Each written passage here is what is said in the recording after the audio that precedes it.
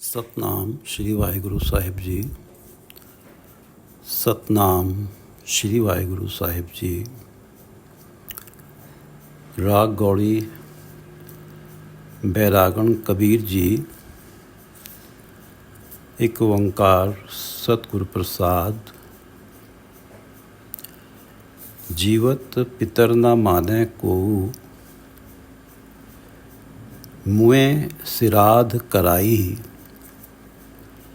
जीवत पितर न माने को मुँह सिराद कराही। पितर भी बपुरे कहो क्यों पावे कौआ कूकर खाही। पितर भी बपुरे कहो क्यों पावे कौआ कूकर खाही। ये पवित्र वचन भगत कबीर जी द्वारा राग गौड़ी बैरागण में रचित हैं और श्री गुरु ग्रंथ साहिब जी के अंक 332 पर शोभायमान हैं। श्री गुरु ग्रंथ साहिब महाराज, आप कृपा करो गुरुदेव, आप अपने इन पवित्र वचनों की विचार करवा लो। सतनाम श्री वाहिगुरु साहिब जी। सतनाम श्री वाहिगुरु साहिब जी। एक ओंकार सतगुरु प्रसाद। एक ओंकार परमात्मा एक हैं। सतगुरु प्रसाद सतगुरु के प्रसाद से मिलते हैं, सतगुरु की कृपा से मिलते हैं। जीवत पितर न माने को मुँह सिराद कराही। पितर भी बपुरे कहो क्यों पावे कौआ कूकर खाही। अपने बुजुर्गों के लिए सनातन अनुसार श्राद्ध की परंपरा है। साल के असोज महीने में, जिसे पंजाबी में अस्से का महीना कहते हैं, ये श्राद्ध किए जाते हैं। ब्राह्मणों को भोजन खिलाया जाता है। इस बात का लोगों को विश्वास होता है कि ये खिलाया हुआ भोजन पितरों को पहुँचेगा। श्राद्ध असोज की पूर्णमासी से प्रारंभ होकर अमावस्या तक रहते हैं। आखिरी श्राद्ध में भोजन कौवों और कुत्तों को भी खिलाया जाता है। चांद के महीने के हिसाब से जिस तिथि को कोई मरता है, श्राद्ध के दिनों में उसी तिथि पर उसका श्राद्ध कराया जाता है। जीवत पितर न माने को। जीवत पितर न माने को। पितर अपने माता पिता, अपने दादा दादी, पितर जब ये जीवित होते हैं तब तो संसार में बहुत से ऐसे लोग हैं जो उनका आदर मान नहीं करते। जीवत पितर न माने को मुँह सिराद कराई। और जब वो मर जाते हैं तो उनके निमित्त भोजन खिलाते हैं कि ये भोजन हम ब्राह्मणों को खिला रहे हैं, ये भोजन उनको पहुँचेगा, ये है श्राद्ध। जीवत पितर न माने को मुँह सिराद कराही। पितर भी बपुरे कहो क्यों पावे कौआ कूकर खाही। पितर भी बपुरे, बपुरे बेचारे, पितृ कहो क्यों पावे, ये खाना, ये भोजन कैसे पाएंगे। कहो क्यों पावे कौआ कूकर खाही। या तो इस भोजन को ब्राह्मण खा जाते हैं या कौवे और कुत्ते खा जाते हैं। जीवत पितर न माने को मुँह सिराद कराही। पितर भी बपुरे कहो क्यों पावे कौआ कूकर खाही। मोको कुशल बतावो कोई, कुशल कुशल करते जग बिनसे, कुशल भी कैसे होई कुशल। ये मान्यता है कि हम श्राद्ध करते हैं अपने पितरों के निमित्त भोजन ब्राह्मणों को खिलाते हैं तो हमारे जीवन में कुशल रहता है, आनंद रहता है। मोह को कुशल बतावो कोई, कुशल कुशल करते जग बिनसे। जग सारा संसार इसी भ्रम में खप रहा है कि पितरों निमित्त श्राद्ध करने से घर में सुख आनंद बना रहता है। कुशल कुशल करते जग बिनसे, कि ये जो कुशल होगा जीवन में, जब पितरों निमित्त हम श्राद्ध करेंगे तो कुशल होगा। कुशल भी कैसे हुई? क्योंकि कुशल तो केवल परमात्मा के चरणों में जुड़ने से ही होता है। जीवन में सुख आनंद तो तभी आता है जब प्राणी का मन परमात्मा के चरणों से जुड़ता है। जो हमारे बुजुर्गों की डेथ हो गई है उनके लिए श्राद्ध कराने से, और फिर ऐसी अवस्था जब जीते हुए तो हमने उनका सम्मान भी नहीं किया, अब हम उनका श्राद्ध कर रहे हैं कि उनको उन तक भोजन पहुँचे। कुशल कुशल करते जग बिनसे, कुशल भी कैसे हुई? कुशल तो परमात्मा के चरणों में जुड़ने से होती है। ये श्राद्ध करने से तो कुशल नहीं होता, आनंद नहीं होता। मोह को कुशल बताओ कोई, कोई बताओ, कोई ऐसा बताओ, किसी का नाम गिना दो कि जो श्राद्ध करता है और ये कहता हो कि उसके जीवन में कभी दुख नहीं आता, वो केवल सुख ही सुख, कुशल ही कुशल उसके जीवन में रहता है। मोह को कुशल बताओ कोई, कुशल कुशल करते जग बिनसे। सारा संसार इसी भ्रम में खप रहा है कि पितरों निमित्त श्राद्ध करने से घर में कुशल आ जाता है। जग बिनसे, जग बिनस रहा है, कुशल भी कैसे हुई? इस तरह से तो कुशल होता नहीं है। कुशल तो परमात्मा के चरणों से जुड़ने में होता है। रहाओ माटी के कर देवी देवा, तिस आगे जियो देही। शादी विवाहों में अपने घर में पितरों को बुलाया जाता है। कुछ लोग तो बाहर से मिट्टी के बड़े बड़े ढेले ला के एक साफ़ सुथरी जगह करके वहाँ रख लेते हैं, और ये माना जाता है कि हमारे घर में पितर आए हैं, और पितरों को देवी देवता समझा जाता है। और वही पितर जिनकी तब सम्मान नहीं किया जीते जी।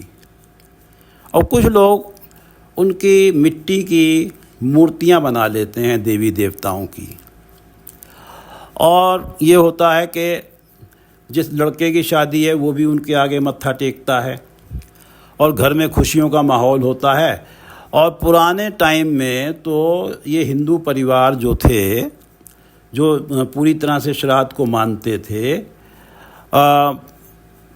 उत्तर प्रदेश में कुछ कम होगा लेकिन पंजाब में बहुत अधिक था, कि बकरा काट के उनके आगे कुर्बानी दी जाती थी।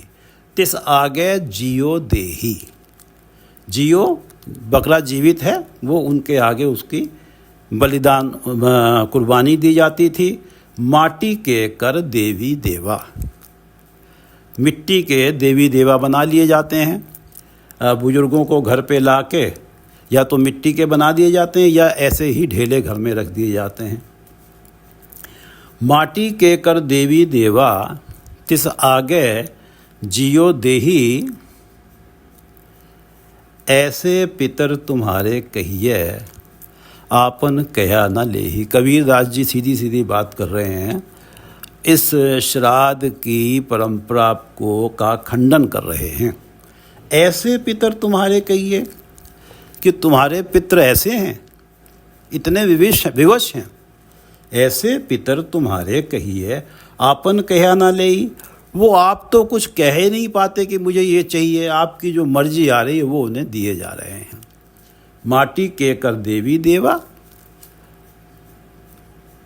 तिस आगे जियो देही। ऐसे पितर तुम्हारे कहिए, आपन कहा न लेही।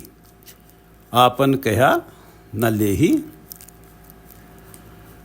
सरजियो काटे, निर्जियो पूजे, अंतकाल को भारी। निर्जीव पूजय। पितरों की तो मृत्यु हो गई, जो मिट्टी घर पे लेके आए हैं वो तो निर्जीव है, उस निर्जीव की तो हम पूजा कर रहे हैं। और सर्जीव, जिसके अंदर जीवन है, उसकी कुर्बानी दे रहे हैं, उसे काट रहे हैं, उसका बलिदान दे रहे हैं। सर्जीव काटे निर्जीव पूजय अंत काल को भारी। अब इस प्रकार एक तो श्राद्ध हो गया और एक बुजुर्गों को ऐसे घर में लाना विवाह शादियों में, तो अंत काल को भारी। जीवन में सुख तो क्या आना है, अपने अंत समय को मुश्किल बना लिया, अंत काल को भारी। जब मृत्यु होगी उस टाइम जम आत्मा को खुआर करेंगे। सर्जियो काटे निर्जियो पूजे अंत काल को भारी।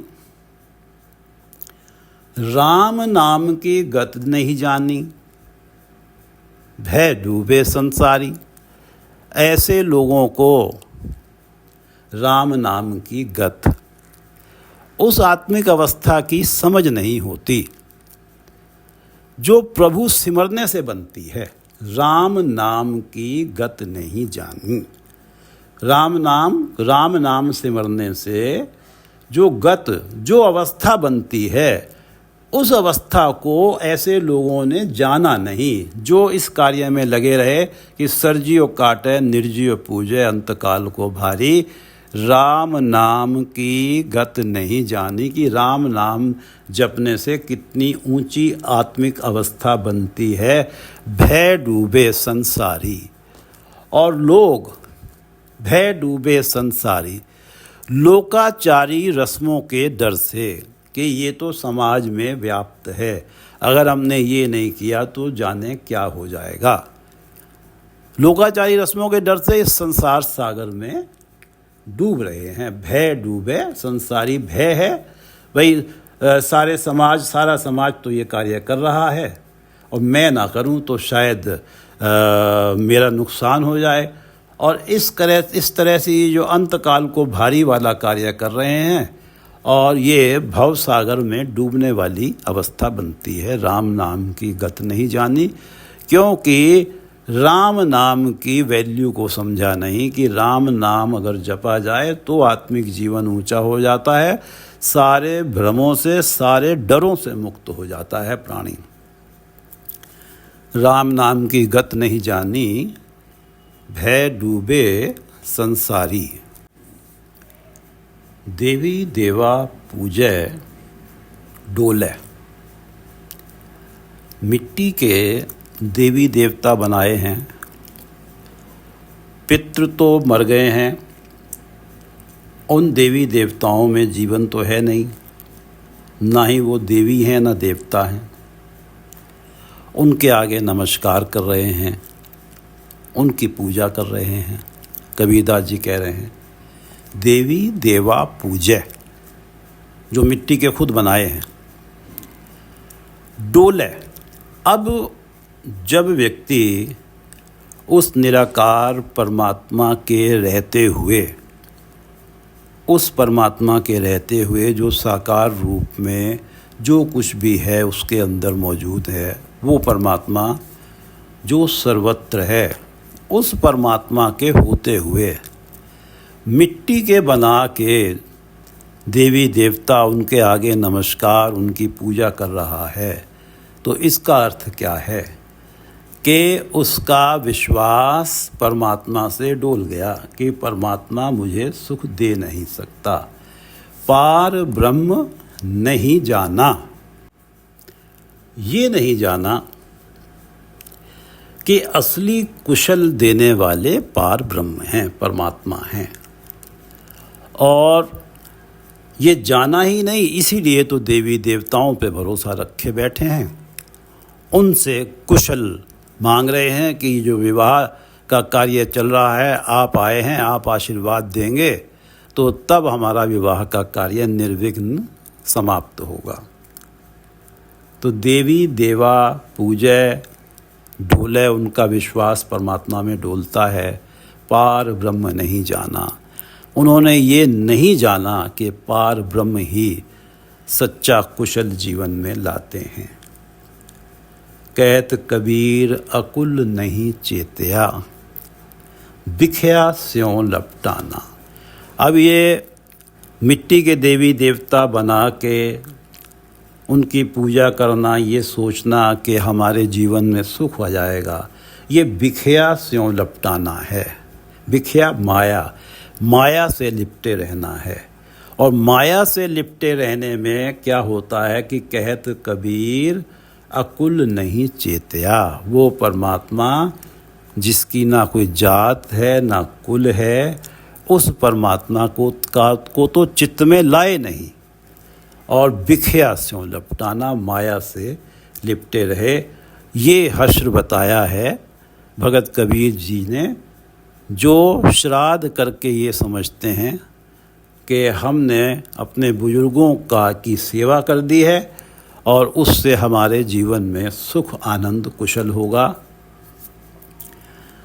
देवी देवा पूजय, ये है यहाँ से कि जीवत पितर न माने को मुँह सिराद कराही, पितर भी बपुरे कहो क्यों पावे, कौआ कूकर खाही, मोको कुशल बतावो कोई, कुशल कुशल करते जग बिन से, कुशल भी कैसे हुई।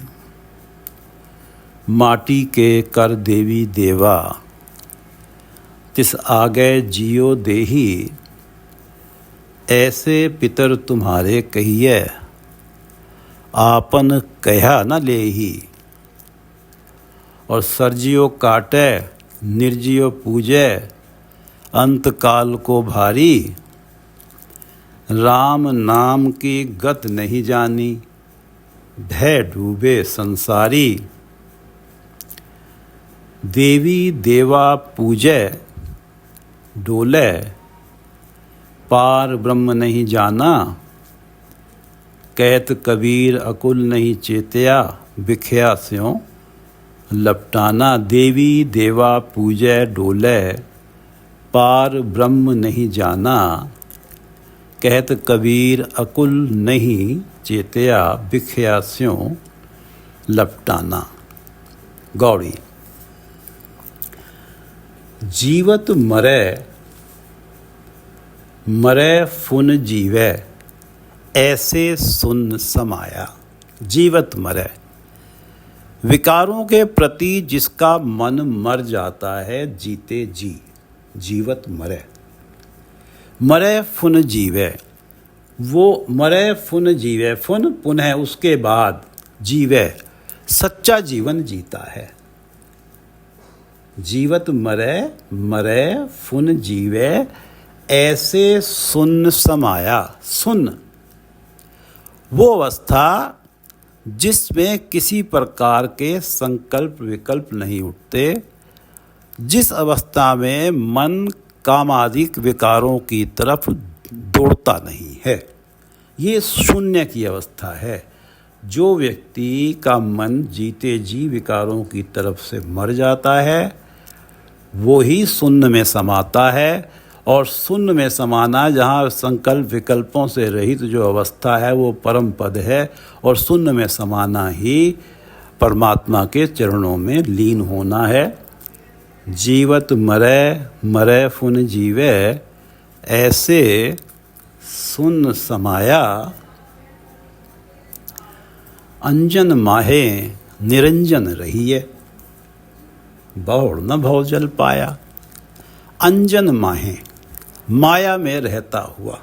अंजन माहे, माया में कालिक है। माया में रहते हुए जीवन में बुरे कर्म आ जाते हैं, तो माया में कालिक है। कालिक को, अंजन को माया कहा गया है। अंजन माहे निरंजन रहिए, माया में रहता हुआ माया रहित परमात्मा में टिका रहता है। अंजन माहे निरंजन रहिए। जो प्राणी माया में रहते हुए जिसका मन निरंजन में टिका रहता है, जो माया रहित परमात्मा है, निरंजन है, बहुड़ न भव जल पाया। दोबारा से वो जूनियों में नहीं आता, उसे दोबारा से भवजल इस जगत रूपी सागर में पाया डाला नहीं जाता है। बार बार उसे इस भयानक जगत समुद्र में डाला नहीं जाता है। भवजल पाया, इस भव सागर में उसे डाला नहीं जाता है। अंजन माहे, जो माया में रहते हुए भी जिसका मन निरंजन में रहता है। बहुड़ न भवजल पाया, बहुड़ न भवजल पाया, मेरे राम ऐसा खीर बिलोइये। गुरमत मनुआ स्थिर राखो, इन विध अमृत पियोइये। ऐसा दूध बिलोइये, ऐसा खीर बिलोइये। हे प्रभु, तभी दूध बिलोया जा सकता है। मेरे राम, हे प्रभु, ऐसा खीर बिलोइये। खीर से अर्थ है दूध। तभी दूध बिलोया जा सकता है। भाव सिमरन का सफल उद्यम किया जा सकता है। दूध सही तरीके से बिलोने का अर्थ है उसमें से जो तत्व है माखन निकल आना, और सिमरन ठीक तरीके से करने का अर्थ है कि जीवन में आनंद बन जाना, मन में आनंद आना, असीम आनंद आना और परम अवस्था प्राप्त कर लेना, परमात्मा के चरणों में जुड़े रहना। मेरे राम ऐसा खीर बिलोइये। गुरुमत, वो तरीका क्या है कि जिसमें सिमरन करें और मन को असीम आनंद प्राप्त हो जाए। आगे बताते हैं कि गुरुमत मनुआ अस्थिर राखो।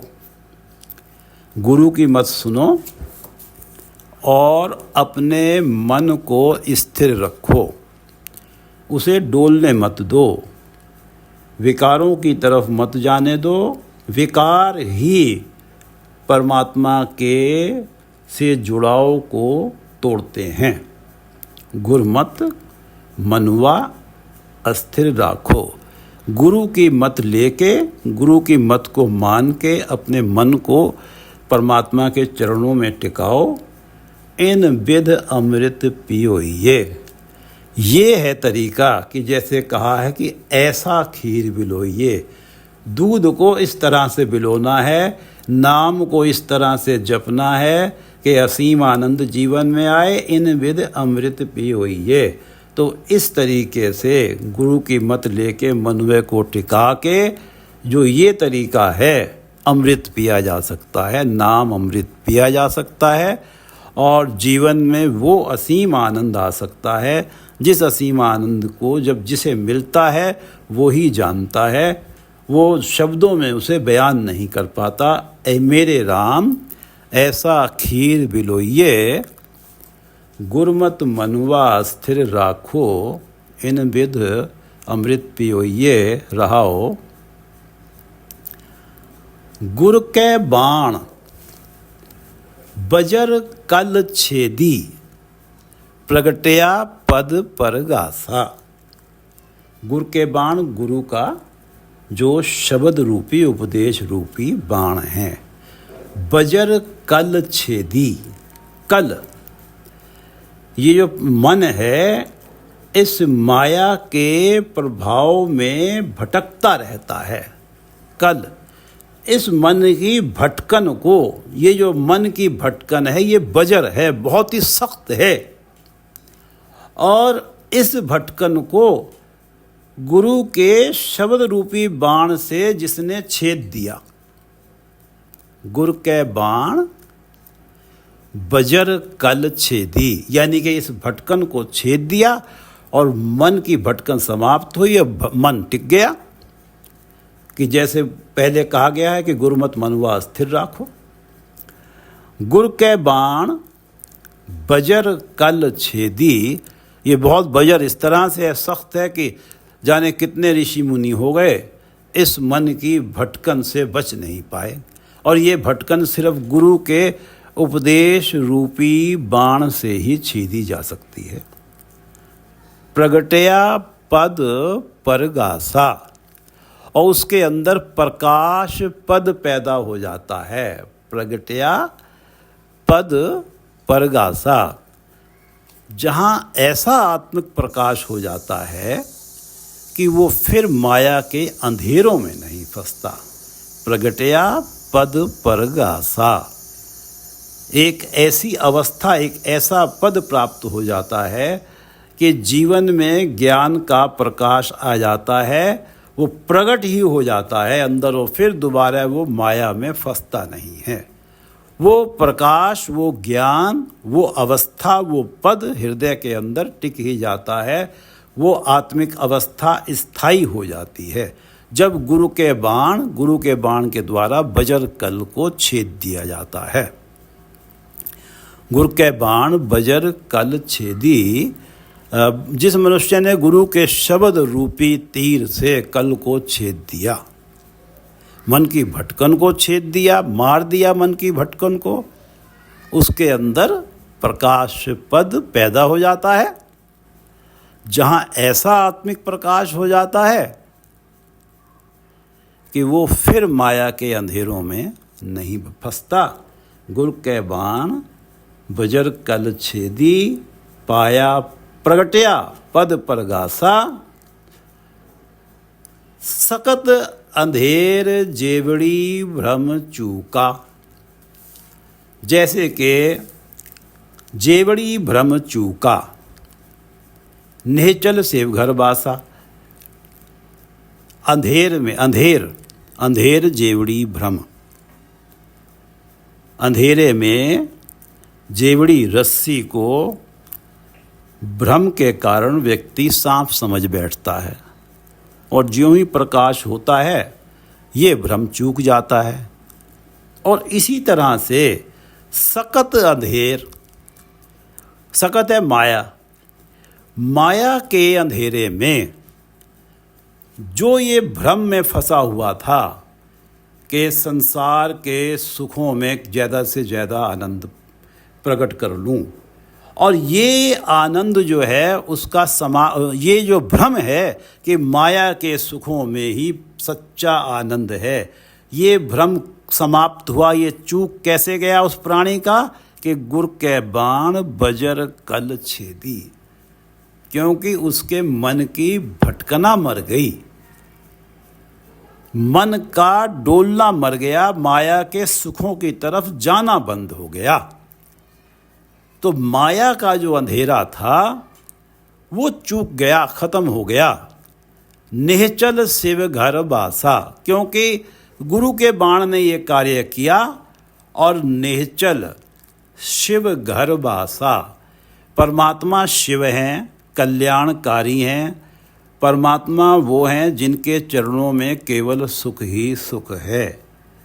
उन परमात्मा के चरणों में, उन परमात्मा के घर, उन परमात्मा के चरणों में वासा हो जाता है, और निश्चल हमेशा हमेशा के लिए अटल वासा हो जाता है।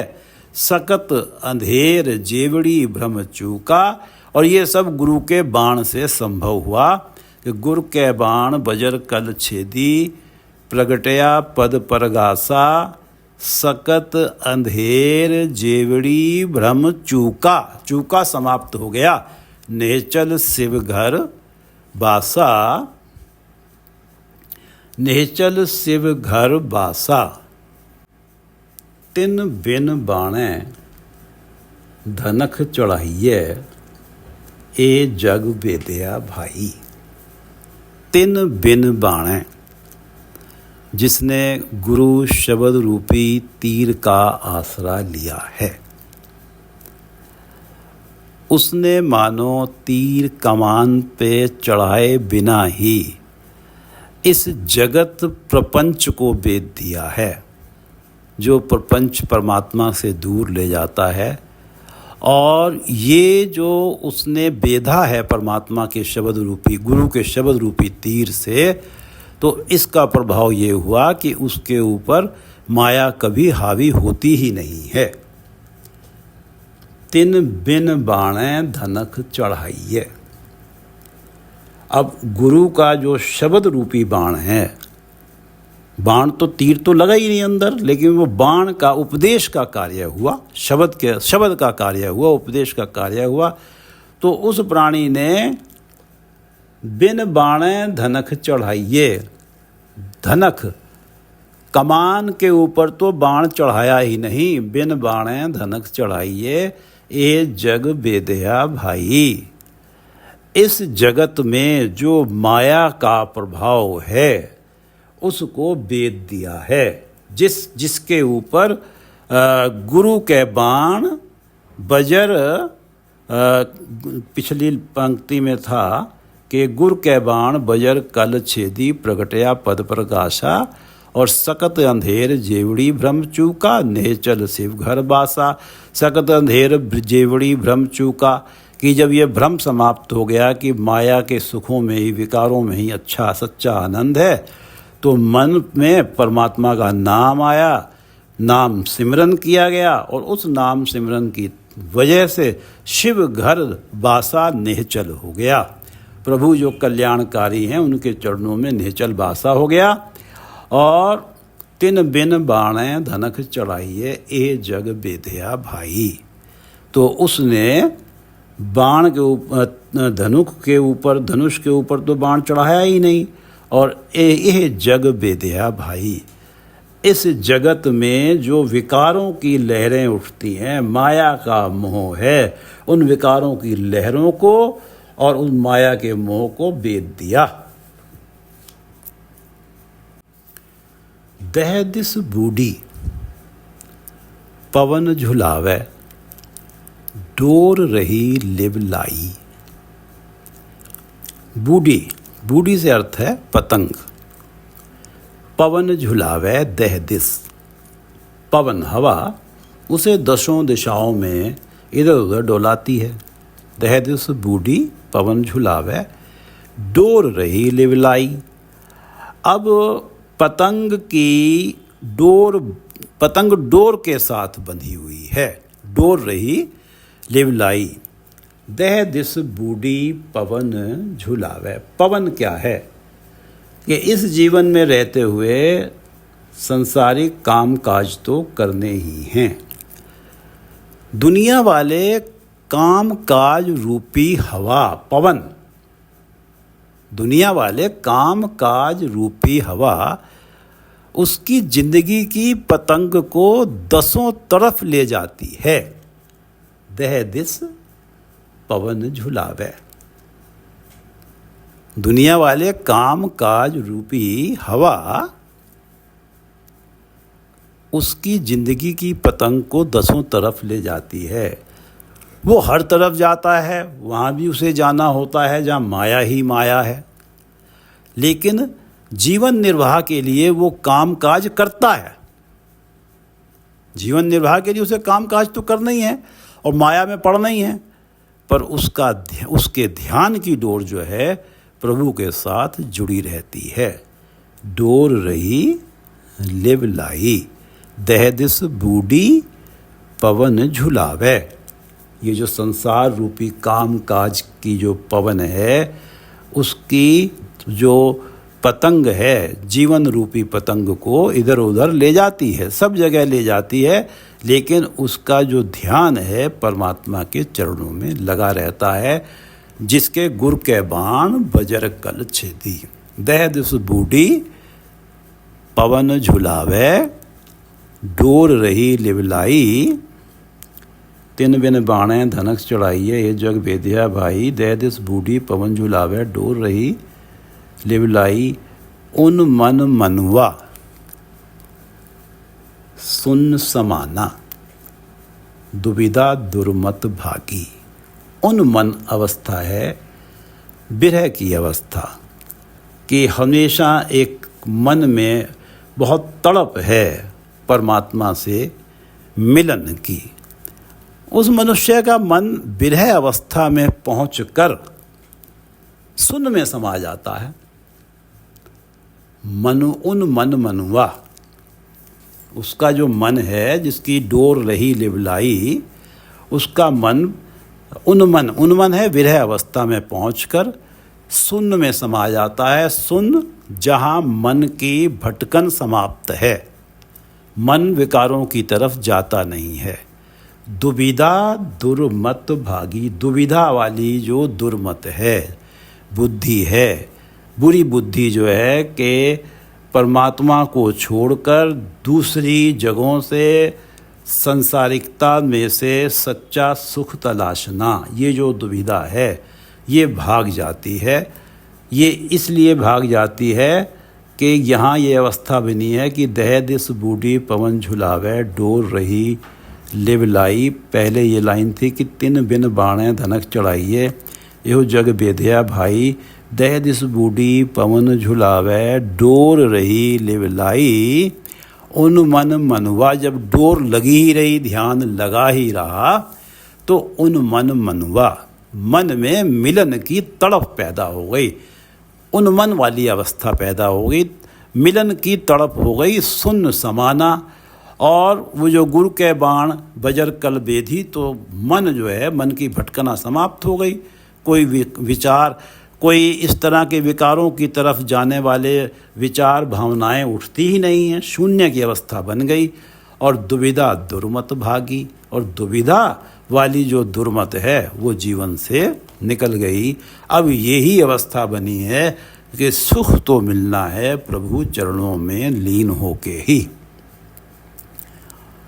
और कहो कबीर अनुभव एक देखिया, राम नाम लिव लागी।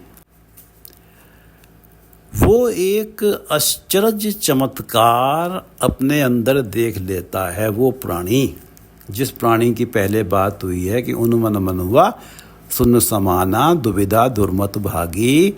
कहो कबीर अनुभव एक देखिया। अनुभव, अनुभव से अर्थ है एक आश्चर्यजनक बात जो उसके साथ बीती है।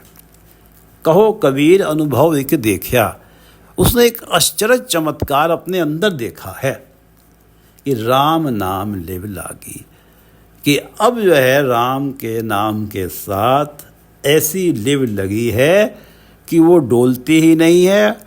और हमेशा मन में ये भावना रहती है कि हे परमात्मा, हे सतगुरु, मेरा ध्यान अब डोलने मत देना। इतना आनंद वो व्यक्ति प्राप्त कर रहा है, ऐसा आश्चर्यजनक अनुभव उसके जीवन में हुआ है। जीवत पितर न माने को मुँह सिराद कराही, पितर भी बपुरे कहो क्यों पावे, कौआ कूकर खाही। मोको कुशल बतावो कोई, कुशल कुशल करते जग बिन से, कुशल भी कैसे होई। परमात्मा के नाम के बिना कुशल हो कैसे सकता है, आनंद हो कैसे सकता है। माटी के कर देवी देवा, तिस आगे जियो देही। बलि देता है, तिस आगे जियो देही। ऐसे पितर तुम्हारे कहिए, इतने विवश हैं तुम्हारे पितर, ऐसे पितर तुम्हारे कहिए। आपन कहा न लेही, कुछ वो कह ही नहीं सकते कि मुझे ये खाने के लिए दे दो, जो उनके आगे रख दिया वही रख दिया तुमने तो। ऐसे पितर तुम्हारे कहिए, आपन कहा न लेही। सर्जियो काटे निर्जियो पूजे, अंतकाल को भारी। ये तो अंतकाल के लिए और मुश्किल हो गई कि जीवित को काट दिया निर्जीव के आगे। सर्जियो काटे निर्जियो पूजे, अंतकाल को भारी। राम नाम की गत नहीं जानी, भय डूबे संसारी।